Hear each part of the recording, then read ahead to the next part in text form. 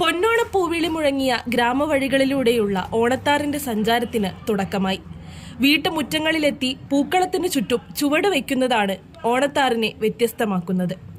കിരീടവും അരയിൽ കാണിയും മുഖത്തെഴുത്തും ഓണത്താറിനെ ആകർഷകമാക്കുന്നു. മാവേലി സങ്കല്പത്തിലാണ് ഗ്രാമാന്തരങ്ങളിൽ ഓണത്താറ് ചുവട് വയ്ക്കുന്നത്. ഒറ്റച്ചെണ്ടയുടെ താളത്തിൽ ഓട്ടുമണിയും വില്ലും കൈകളിലേന്തി തോറ്റംപാട്ടിലൂടെ ഓണസമൃദ്ധി അറിയിക്കുന്നു. മീനമാസത്തിൽ അണിഞ്ഞൊരുങ്ങിയ പ്രകൃതിയെയും വിഷ്ണു ഭഗവാനെയും ഓണത്താർ ആടുമ്പോൾ വർണ്ണിച്ച് പാടാറുണ്ട്. വണ്ണാൻ വിഭാഗത്തിൽപ്പെട്ട കുട്ടികളാണ് ഓണത്താറിന്റെ കോലമണിയുന്നത്. കാസർഗോഡ് ജില്ലയിലെ നീലേശ്വരം, കടിഞ്ഞിമൂല, ചാത്തമത്ത്, പാലായി, കാര്യങ്കോട്, പള്ളിക്കര തുടങ്ങിയ സ്ഥലങ്ങളിലാണ് ഓണത്താറ് വീടുകളിൽ ആടാനായി എത്തുന്നത്.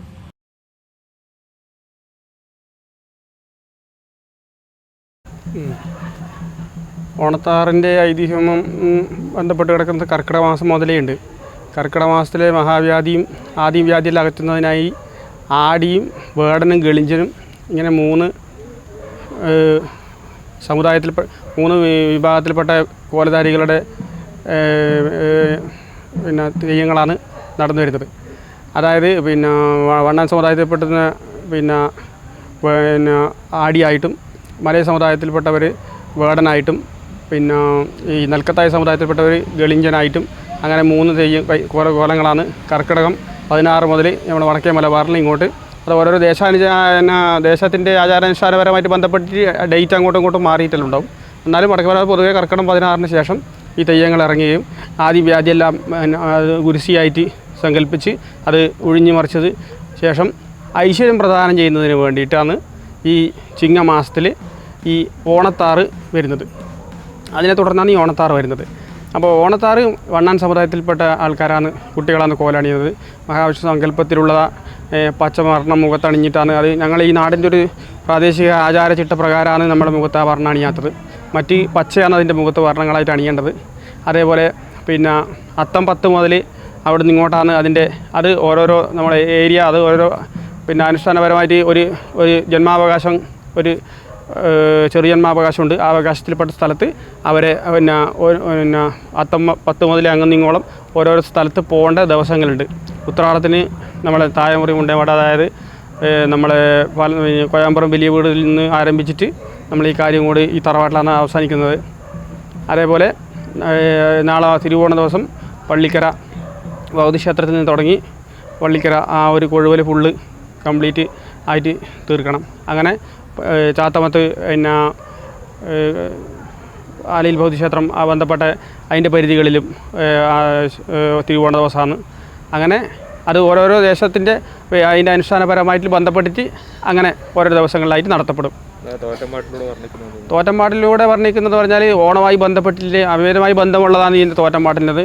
അതായത് ഓണം ജഗത്തിങ്കൽ ചിങ്ങമാസം വേണം അലങ്കാരം മനുഷ്യർക്ക്, ഓണച്ചിറ്റാടയുടുത്തു നന്നായി മറ്റുള്ള പട്ടും ഞെറിഞ്ഞുടുത്തു, ഓണവില്ലൻ ബോടിടത്ത് കൈമേൽ. ഓണവില്ലുമായിട്ടെല്ലാം ബന്ധമുണ്ട് ഈ തെയ്യത്തിന്. തെയ്യത്തിൻ്റെ കയ്യിൽ ഓണവില്ലും ഓലക്കണയും ഇതൊക്കെ ചേർത്തിട്ടാണ് ഈ ദൈവം ആടി വരുന്നത്. ഓണവില്ലൻ ബോടിടത്ത് കൈമേൽ ഓലക്കണയും ചേർത്ത് ആട് ദൈവം. അപ്പോൾ ഓണത്താർ വന്നിട്ട് ഇങ്ങനെ ആടിക്കഴിഞ്ഞാൽ ഓണത്താർ വന്നിട്ടങ്ങ് ഉപകാരം ചെയ്താൽ ചിറ്റാട തന്നാൻ ചെറുപോട തന്നാൻ, കൈമക്കരൻ രണ്ട് കണ്ണാടി തന്നാൻ ചെറിയ വിരൽ കഞ്ച് മോതിരം തന്നാൻ. അങ്ങനെ പണ്ടുള്ളവർ ഒരുപാട് ചിറ്റാടയെല്ലാം ഈ തെയ്യത്തിന് കൊടുക്കുന്ന സമ്പ്രദായമുണ്ട്. ഇന്നിപ്പോൾ അതെല്ലാം കാലഹരണപ്പെട്ടു പോയി. അതൊന്നും ഇപ്പോൾ ഇന്നത്തെ സമ്പ്രദായത്തിൽ അതൊന്നും അങ്ങനെ ചിറ്റാടയൊന്നും കൊടുക്കുന്നതായിട്ട് കാണുന്നില്ല. പക്ഷേ അങ്ങനെയാണ് മുൻപ് കാലത്ത് കൊടുത്തതായിട്ട് പറയപ്പെടുന്നത്. എൻ്റെ അറിവിൽ ഞാൻ കെട്ടുമ്പോൾ ചിറ്റാടയെല്ലാം വാങ്ങിയ അനുഭവമുണ്ട്. അപ്പോൾ അത് കോടി ഉത്രാടുള്ള സ്ഥലത്തു നിന്ന് കുട്ടികൾ ചിറ്റാട കൊടുത്താൽ അതെല്ലാം ചിറ്റാട വന്നാൽ അതെല്ലാം ദൈവത്തിനാണ് കൊടുക്കൽ. അങ്ങനെ സങ്കല്പങ്ങളിലും വിത്തുകളിലും ഉണ്ട് മുമ്പത്തെ കാലത്ത്.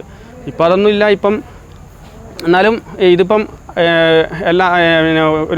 ഒരുപാട് സ്ഥലത്തൊന്നും ഇല്ല. ഇപ്പോൾ അപൂർവമായിട്ട് നമ്മളെ വടക്കേ മലബാറിൽ തന്നെ ചുരുക്കം ഇപ്പം എൻ്റെ അറിവിൽ എണ്ണി പറഞ്ഞാൽ ഇപ്പം 1, 2, 3 പ്രദേശങ്ങളിൽ മാത്രമേ ഇപ്പോൾ ഈ ഓണത്താറ് കണ്ടുവരുന്നുള്ളൂ. ഒന്നാമതായിട്ട് കുട്ടികളെ ആണ് ഇത് കെട്ടേണ്ടത്. അപ്പോൾ അവരെ കുറവും അങ്ങനെയില്ല.